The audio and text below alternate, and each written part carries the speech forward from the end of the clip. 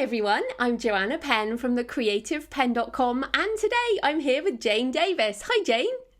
Hello Joe, hello everybody. It's great to have you on the show. Just a little introduction.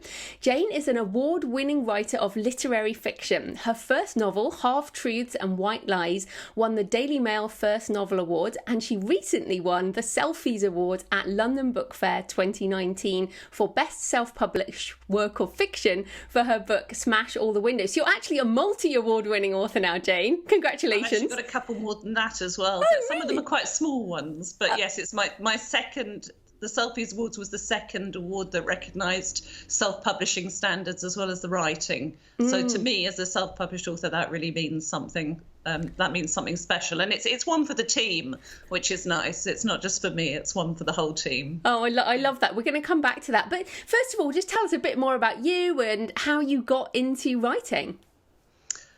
A very convoluted route, I suppose. I think as a child, I was quite creative, but I wasn't one of these people who grew up storytelling and writing. I was far too shy and retiring for that. But I spent a lot of time drawing and come from a family of musicians and artists. And I think my parents had some idea that we'd all be able to make a living in the arts somehow. So we were all sent off to ballet lessons and to play musical instruments, and nothing like that happened at all.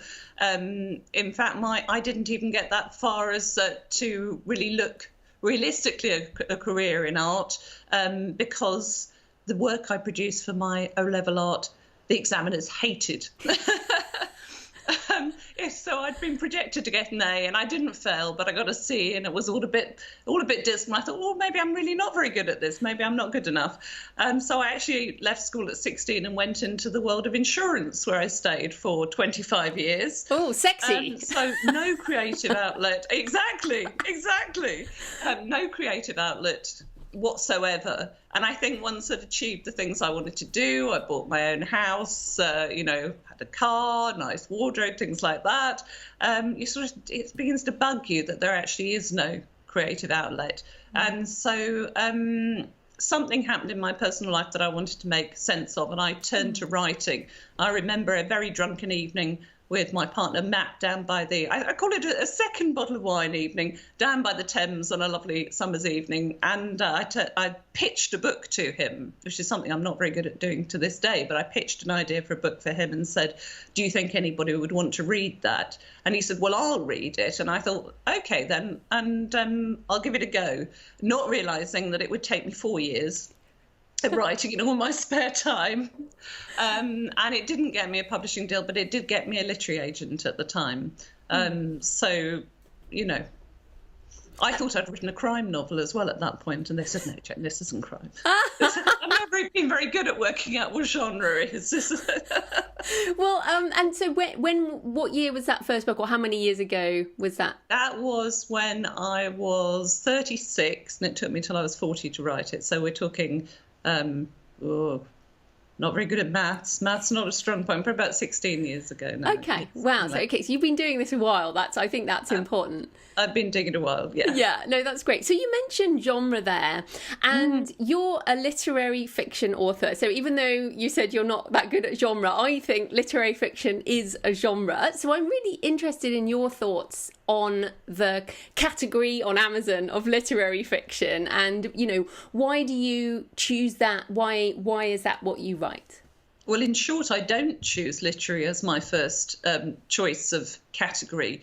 In the official classification codes, there is no such thing as literary fiction. It's general fiction. And so working out where you sit is a process of elimination, because you've eliminated historical, you've eliminated sci-fi, you've eliminated... And what you're left with is this thing called general fiction. I saw Adele Parks, the author, talk at a conference, and she said that she was actually given the choice whether to have her work marketed as commercial fiction or literary fiction.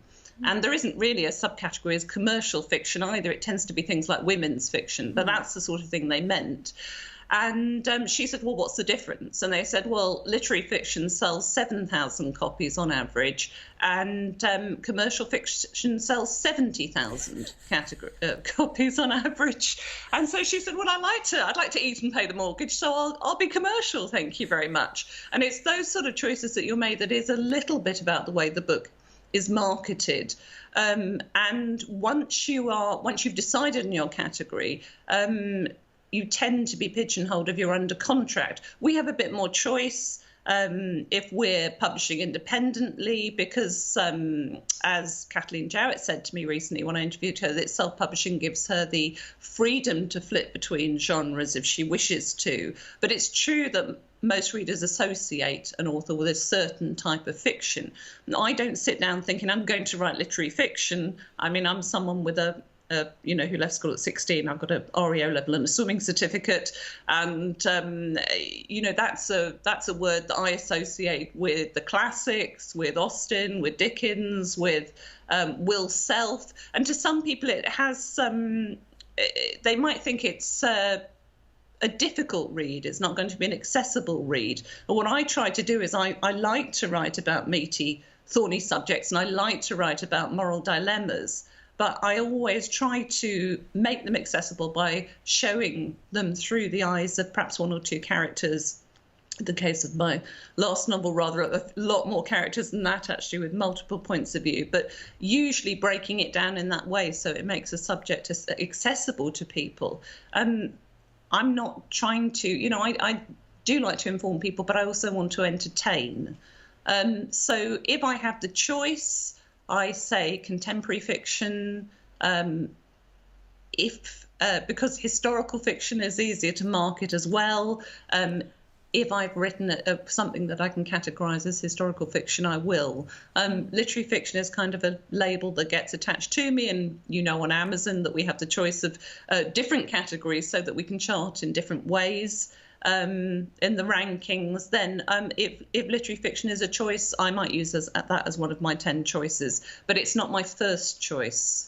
I prefer to say contemporary if I can. Yes, interesting point. I wonder also, are books or authors who write mainly standalone novels classed more as literary writers rather than genre writers, because so many genre writers or commercial writers write in series? I don't know that that's got anything to do with it. I mean, Kate Moss said not so long ago as well that she distances herself. She prefers to think of herself as a storyteller, which sort of leaves you open to all genres, really. A little bit broad there, Kate. I don't think anyone sits down and says they're going to write a literary novel. I think people, the challenges that I set myself are to write something that's authentic, something that's honest, something that feels true. And if people say to me, if I read in a review that someone says to me, I believed that everything happened as it was written on the page, which is a review I had recently, and I thought, well, actually, that means I've done my job, because I'm writing about made-up things so quite a lot of them are based in truth, but the events themselves, the people are fictional, obviously. And if I get a comment like that, then I think, yes, actually, that's probably one of the best compliments I could have. No, fantastic. So, I mean, you mentioned getting a literary agent earlier on in your career. You've won prizes. Your writing is, excellent. So why? Many people would then say, well, why choose to be indie? And you're in the UK. You're one of, I guess, I would say you're significant in the genre in the UK because you're always at events, you're talking about it, so which is fantastic. So why choose the independent way, or tell us a bit about your story and how you have chosen to publish? Yes, well, the truth is that I had my 15 minutes of fame, and was told I was going to be the next Joanne Harris. And then actually I was dropped by my publisher. So although I would say now that self-publishing is a positive choice for me, it came as a bit of a shock at the time. I didn't realise, because I was very green, and possibly my business background made me less challenging than I should have been, because I'd sat on a board of directors for 16 years. You're very used to, in that situation, putting a case forward, arguing your case, but not actually winning the votes to get your policy put through to get your idea accepted. And so, but the truth is that nobody actually asked me, how do you see yourself as a writer, when I was published? And I was so grateful to get a publishing deal that I didn't really challenge it at all. And I thought, oh, you're going to be on our Black Swan label, apologies. I didn't say, what does that mean? I just thought, great. I just looked up a couple of authors who are on there, and they were authors I liked, thought fabulous. And it was only when I presented my second book, which was actually quite soon after Half Truths and White Lies was published, probably in about 3 months down the line, because the production took quite a long time. And they said, yes, we love it, but of course we can't publish it because it's not women's fiction. And it was only at that point that I realised that that was how they saw me, and that it wasn't possible. They weren't going to publish me if I wrote anything else. And it had never been my intention to write only for women. Someone put in one of the reviews for me, human fiction. This isn't women's fiction, because it was a book that they'd bought under the category of women's fiction. They said, this isn't women's fiction, it's human fiction. My fiction was always supposed to be for everybody. And I presented them with a book where the main character was a 12-year-old boy, a book that became A Funeral for an Owl, and it's my best-selling book now. And they said, no, we can't take it. So what I set out to do after that was I'd set out to write what I thought was deliberately quite a commercial women's fiction novel, with a really feisty, arse-kicking female lead. Again, that was of a historical bent, and again, it was something they didn't want. So I actually was in the end in the not very enviable position of touting 3 quite different books around the market at the same time. And I really stumbled upon, I paid, like many people, I mean, this was back in 2009, 2010.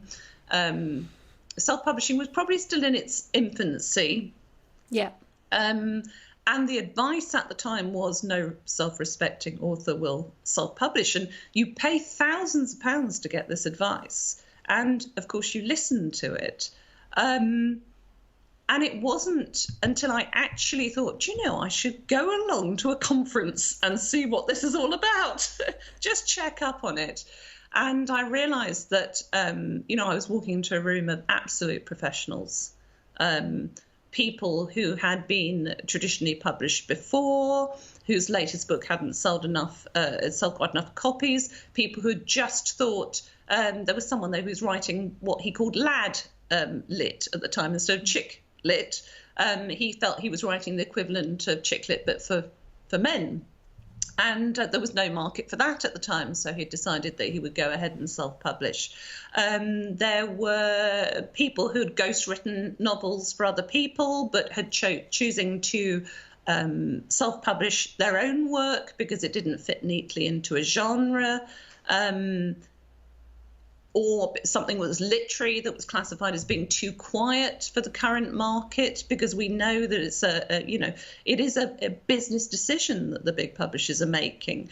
I reread recently Diana Athill's memoir, Stet, about her many years in the publishing industry, and she talks there and reminds us that the Booker Prize was set up to try and tempt non-readers or people for whom reading was one of many options, to get them out of the cinemas and the bingo halls, to get them to pick up a book by making it newsworthy. And she talks about how if a book came across her desk that she categorised as literary fiction, she would almost hope it was bad, because then it would be an easy decision. She could just turn it down. Whereas if it was good, they had to have an editorial meeting to decide whether it was something they would take on board, in the knowledge that if they took it on, they would probably sell 800 copies and they would make a loss. And of course, for publishers, they have their more commercial books that will prop up that cost, that will support it. And that's one of the things they want to do as publishers. But, when you're publishing on your own, you don't have those other books to prop things up, unless you delve into non-fiction. Ros Morris, for example, has her own writing series. I think you do as well. You have your own non-fiction books as well. And of course, they support and they give credibility to your skills as an author as well. It's something I haven't ventured into yet, simply because I think there's so many books out there. Obviously, as we know, there can be many books on the same topic, so I don't think that should stop you for sure. But I want to come back on the word self-publishing, because you have talked about on your blog and things about how self-publishing is a misnomer. So tell us about your publishing team and why it's not self-publishing. Well, the only part in self-publishing is where you push the button at the end of the day. You're the only person who can decide whether you're going to put that book out there. I still hope that if I'd written something, spent a couple of years writing a book, and the professional opinion that it wasn't good enough, that I would actually abandon that project. I've never got to that stage, but I still hope that if that's the opinion I'm getting, that I would have the integrity to do that rather than put out something that was substandard. I also feel the pressure mounting with every book, because readers have certain expectations and they keep on saying, we see the development with every book, and you're thinking, oh my goodness, what am I going to give them with the next one to top the last one, to meet those expectations? I think it gets tougher. But yes, I have one of the reasons self-publishing is now my first choice is because I've built a team around me. Of course, my first couple of attempts at self-publishing, I didn't have that. I was changing services as well as I was using professional services, but it took me a while to get a team that I was completely happy with. And not only professional services, but I have a team of core team of beta readers, probably about 20. And then for every book as well, I actually look for someone with specific skills. So, for example, if the book has a medical subject matter, I might ask a doctor. I might be looking for sensitivity readers if there are issues of diversity or ethnicity. So I'll pull in some extra people every time. But after I've self-edited the book myself to within an inch of its life, and I just can't be objective about the thing anymore, that's the point at which I'll send out to beta readers. I collect all of their comments back, and really, if more than one people are saying to me, I've got a problem with that part of the book, even if you don't agree with the solution they're suggesting, you know that there is a problem with it. So you've got to start making the changes and also weaving those changes the whole way through. So by the time my books get to a professional, they've been through quite an extensive rounds of self-editing, really. So then I use for my last book, I used a structural editor. I don't always use a structural editor, but it was a really complicated structure for my last book. And I used Dan Holloway, who's been known to ally members as our news hound, but he obviously writes himself. And he can just get to grips with something very, very quickly. He's very challenging, which is what you want people to do you work with. The whole idea is you're not employing the yes men, you're employing the people who are going to push you to make the book as good as it can possibly be. And so when Dan says, is that really the first thing you want the reader to know about that character? You have to really be able to justify that and to think about what you've done, because I don't plot, I write quite organically. So the book grows out of an idea, and I'm probably not thinking those questions through to myself that need to be asked at the structural stage. So Dan's great fun to work with. He has the cultural references are so broad. He'll say, go and watch the first scene of The Player, or go and watch this scene from Silence of the Lambs, or go and, they're not all books he'll send you away to look at. It's, a cinematic approach can be really, really useful to trigger ideas of how you might tackle a particular problem. And he kind of, rather than offering you a solution on a plate, challenges you to find your own solutions or define what it is where you need to take it next. Then after that stage of edits, I use a copy editor, and I use John Hudspeth, who I haven't actually met. I found online. I found online because his comments are so irreverent, not irrelevant, irreverent. I can't say innovation. I've done it today, but irreverent. That people actually publish his comments to their work. There are blogs on which people publish his comments, and they're so funny. And I thought, no, that's someone I can actually work with, because he can present critique in a way that is going to make me laugh, and I'm not going to take offence, because it's so easy when you get a critique paperback the first time round to read it through and go, no, that's not right, and to be very dismissive of this, because it's your baby they're talking about, and you've been working on it for such a long time. And sometimes it's good to have someone who can make you laugh at yourself quite a bit. And he also does a little bit like a school report on the end of each chapter as well, and how it made him so that's feel, fantastic. how it's moved the novel on, or if it hasn't moved the novel on in the way that he wanted to see. And he's writing to say, I'm really excited where we go next with this, or I'm not sure where you're going with this, or something like that. But it's quite he's putting his thought processes down as a reader, which is really, really useful as well. Then I go through the proofread stage before typesetting, another proofread, of course, and testing out all the various ebooks on the formats. And then cover design has happened at somewhere in between this point in time. I work with, I wanted to mention Jane Dixon Smith does my ebook formatting, my typesetting for me, and she's a fantastic help and resource with that. Another ally person.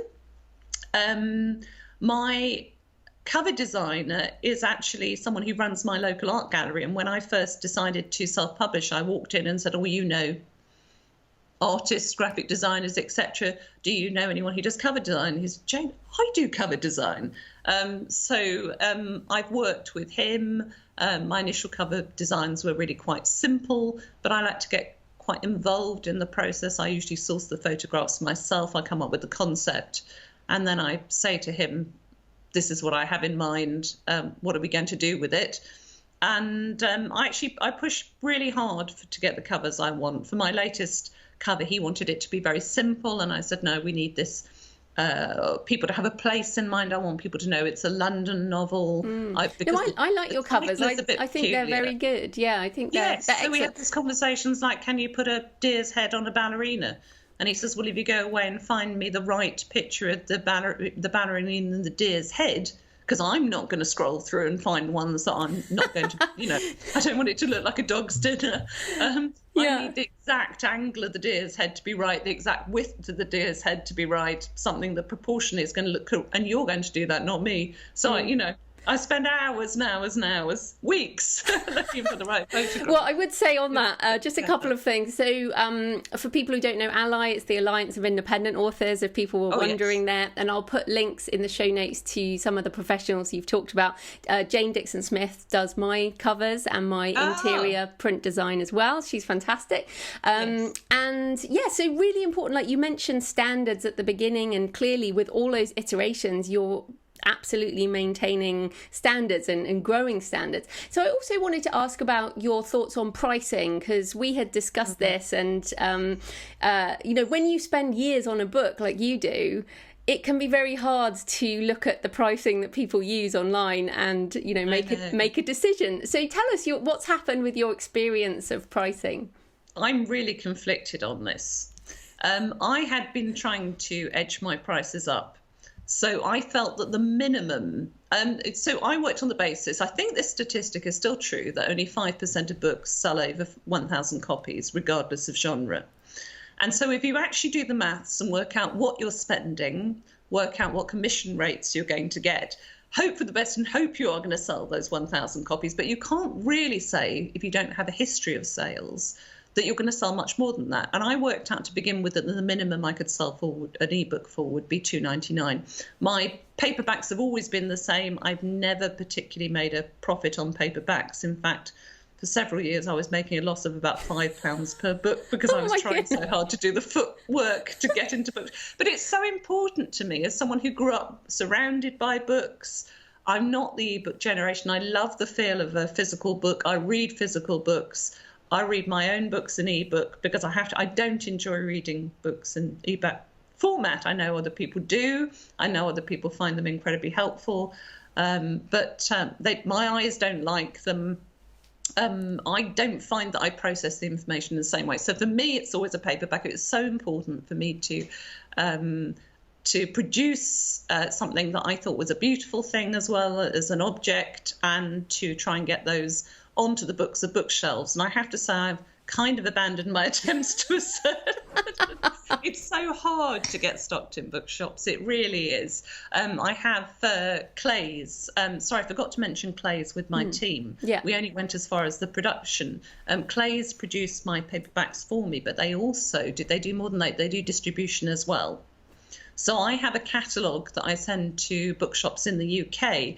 The slightly frustrating thing with Clays is that although they do the distribution to bookshops, you don't find out which bookshops have bought your books. So you can't find out what of all the groundwork that you've been doing has paid off. But I've stopped taking my boxes of books and driving to bookshops and saying, please stop my book. I've just stopped that kind of activity that I was doing. Yeah. Well, just on that, so people know, so Clays is a printer and a distributor. So you would have paid up front for them to print a certain number and then put in their warehouse. Right. Whereas I do print through Ingram Spark. So I only do print on demand. And I do print on demand and I do short print runs. So Clays do short print runs. It's a service that they've only introduced for indie authors in recent years, and they will print you one book. 50 books, it's still quite expensive, but if you order 100 books plus, it starts getting economical. If you order 200 books, the price comes down to below £2 for a paperback. They will deliver to one UK address, but they will also keep I don't know what the number is, it's a box of books on site, and those they will distribute for you through gardeners to bookshops. So you have a stock for yourself and you have a stock that they keep there as well. And I think they will still do the distribution above that, but they will charge you for warehousing if you get a certain number that they keep free. So circling back on ebook pricing. So I started off at $2.99. So £2.99 or $2? $2.99. Okay. I had been gradually trying to edge up to £4.99. And it wasn't really, some of my books were selling at $4.99, some weren't. I'd actually at the point where, so something specific happened last summer. One of those things was that I got a BookBub deal for my book, A Funeral for an Owl. And I had been trying to sell it at $4.99, and I did it at 99p. And it sold massively, but it didn't stop selling. So I didn't reduce the price. Now, this was about the time that Amazon.com were telling people in other countries you can only buy from Amazon.com if you're a US resident. So prior to this time, I've had quite a degree of success with Amazon marketing services in the US. At that time, those sales dried up. And it became apparent to me that the people I was trying to reach, all my sales started to come from .com.au, so Australia and New Zealand, basically. And it appeared to me that that's where my market really is, the UK. I don't appear to have a US audience, so there wasn't much point carrying on with the advertising on .com. And in fact, the book sales continued to grow for A Funeral for an Owl. And I was putting all this work into trying to push for a $4.99 price, but I was giving away so much of that money in marketing expenses that I actually decided to trial for a while and reduce all my book prices to 99p. The reason for this was I started to help care for my dad who has dementia 2 days a week, and it was taking up writing time. And I still, if I was going to write a next book, because I hadn't written anything for a year, I realised I was going to have to cut back on marketing massively and walk away from it. And suddenly there seemed to be a way of walking away from it. So it feels like selling out, because I've always been against low pricing. I've always felt that books should be priced to represent their value. And yet, where I get the value is because I need to put a value on my time. And I can't be spending 70% of my writing time and a great deal of budget on trying to, get the price of $4.99 for a book. The other advantage for me with the with Amazon with the 99p is you are on the 35 pence commission rate instead of the 70% pence. So actually you've got to make 3 times as many sales to make up for them. But the really good thing, as far as I'm concerned, is that they don't allow ebook lending at the 35% rate, or you have to opt into it rather. So it's not automatic, whereas at 70% you have to allow ebook lending. And because I go out and speak to book clubs quite a lot, because book clubs are my market, I'd been aware for some time. I used to be able to go to a book club, and even if they'd already bought the book, I would be able to sell 20 or 30 copies of paperbacks at a book club. I wouldn't be paying for a market stall. I wouldn't be paying money back to a bookseller. I wouldn't be paying commission to a bookseller. So I would get 100% of that book price. So although I'd gone along and spoken to a book club and given up my time, I would actually get some sales out of it. And in the past year or two, I've not been getting any sales. And when I actually asked the question, they said, oh, no, we don't buy paper books. One of us buys an ebook from Amazon and we all copy it and give it to this. Oh. They're then downloading books from pirate sites. These are people who consider themselves to be book lovers, bookworms, people. They consider themselves to be supporting the publishing industry. And yet they think it's acceptable to buy one copy of an ebook and put it on an ebook library like Calibre and pass it around the whole group. So I wasn't even getting, if you imagine now, I'm only getting 1.99p sale for a whole book club. Oh no, sorry, I'm like, it's soul destroying, to be honest. Yeah, I'm stunned at this. So book clubs are normally women over 45. Almost exclusively women. Almost, yeah. That's crazy. That makes me quite sad as well. So yeah, we definitely should not be encouraging that. But it's so do you get a sense now? So this is like almost, I guess, 9 months on from when you made those changes to your pricing. Yes. Do you get a sense of whether it was worthwhile? Like, do you feel like you've had your time back, the pricing's working, you're still moving books? I'm not selling as many. I am moving books. I'm not selling as many as I was. For me, because I think people start buying paperbacks around Christmas time, start looking at present buying, it dropped off. So between August and the end of last year, it was absolutely fantastic. And it was actually, I was thinking for the first time, my goodness, this is actually a considerable contribution to my revenue. This is looking, if I could do this, every year it would be a significant amount of income. Not to say huge, but significant for me, because I also work as a compliance consultant, so I do some freelance work as well. And I thought, well, I can start building up a self-publishing pot, as it were, for future projects. But it has tailed off a bit. I tried the nerve of it, putting my prices back up to $1.99, and the sales just dried up completely. So I've actually gone back down to it. And that was always my aim, that it would be temporary and that I would start nudging up again. But I don't think I can do that.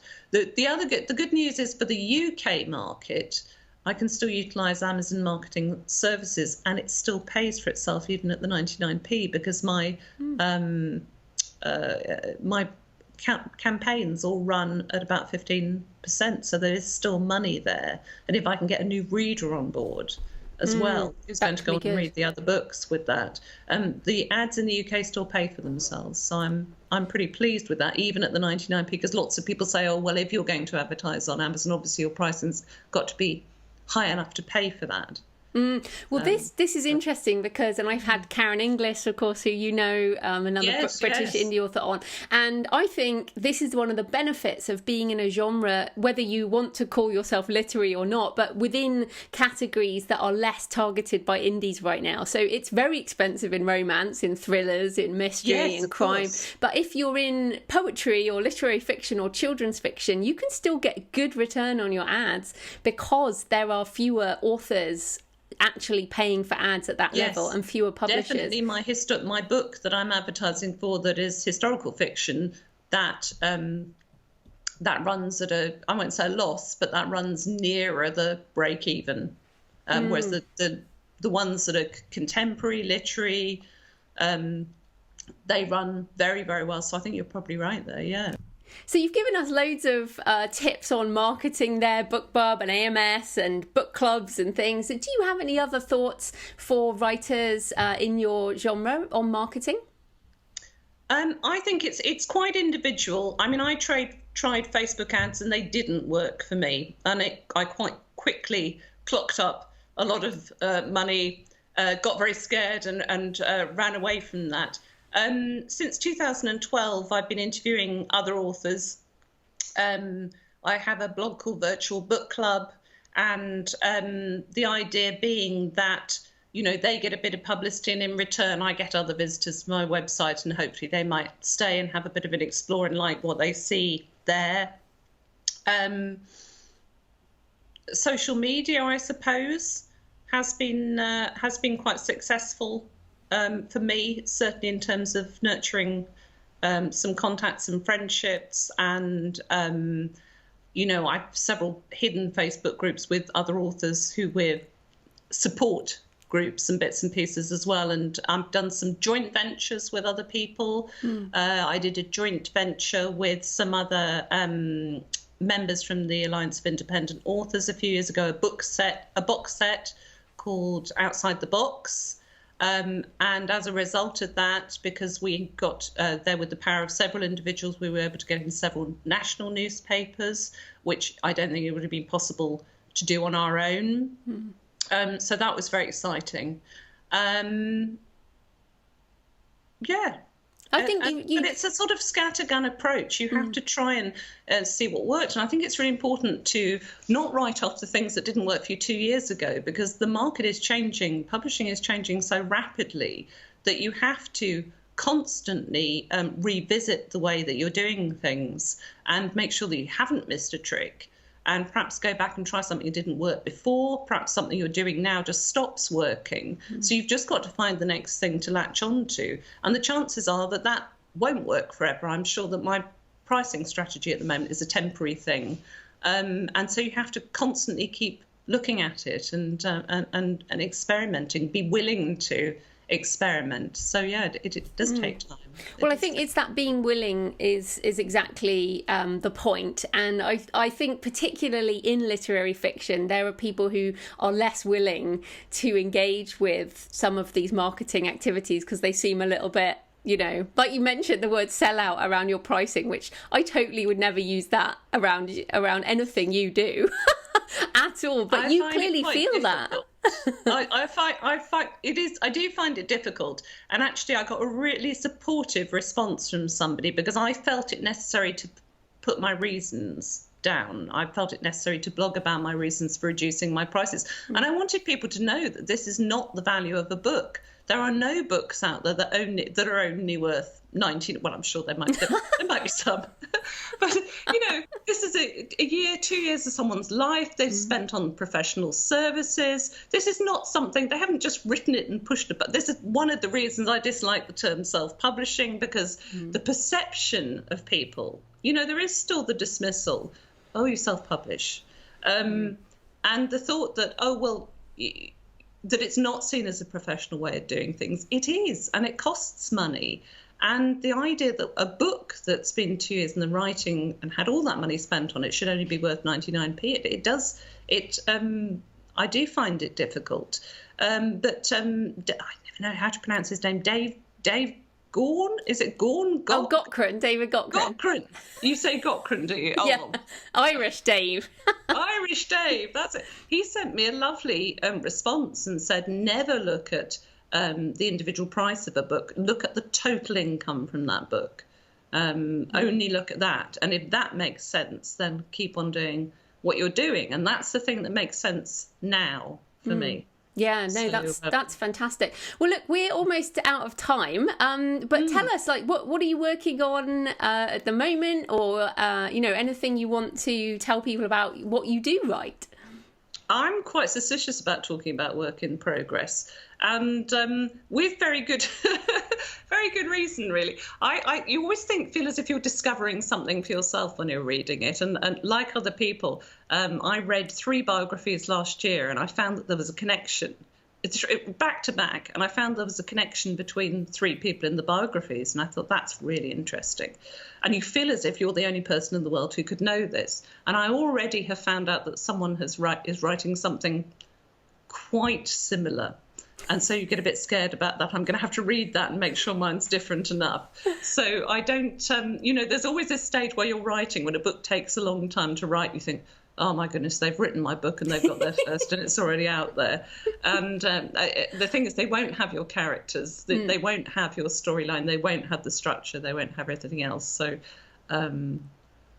So yeah, there is...